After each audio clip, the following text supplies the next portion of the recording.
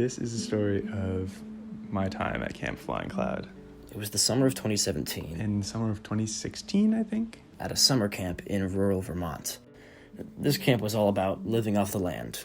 We got up when the sun came up, went to sleep when the sun went down, cooked food over a fire, slept under a tent. Basically, we were in the middle of nowhere. And it was my first year at the camp, so it happened to be this special night where The first-time campers were sent deep into the woods for a 24-hour personal reflection quest. There's this huge bonfire in the center of camp. They call out our names and they bring us over and you've been selected to go on this quest, and they tell us all to line up. So they led us out to the woods. It's like me and like 8 other boys, among me, Luke and Emmet. We spent the night on the ground with nothing but a sleeping bag. Not really sleeping and not really avoiding the mosquitoes. And in the morning, right as it was starting to feel endless, we saw the camp director just suddenly came marching up towards us. Which wasn't supposed to happen, so by then we already knew something was wrong.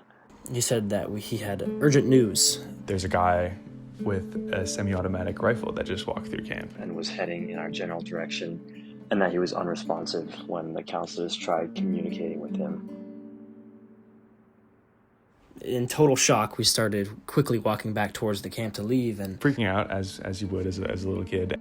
I just remember thinking, like, what if this is my last day? that was the end. And we meet up with all the other campers, and we evacuate camp. So for a week and a half, at least, we were refugees, jumping around to all the other partner camps in the area while they searched for the guy. Which actually ended up taking weeks, which in turn meant weeks of our camp group being fugitives and basically bouncing between all the different camps within the organization. It was unexpected, but also surprisingly thrilling to live with the surrounding camps for a while. One moment I remember particularly from that time was when we went To the Tamarack farm, which was the older kids farming camp. I remember sneaking down to watch their sex education demonstration through the windows of their common room. Me and Luke and a couple other boys. And that was the last 2 or 3 weeks of camp. We would just bounce around. They eventually found the intruder weeks later and learned that he was pretty much just a grumpy guy going coyote hunting in the woods of Vermont, and we were free to return for the end of camp. And I remember very vividly one of the last days of camp, one of our camp counselors told us this long story about these dwarves that had gotten kicked out of their home by this dragon that came and had to go from kingdom to kingdom, seeking refuge and living in all of these strange places, strange faraway lands.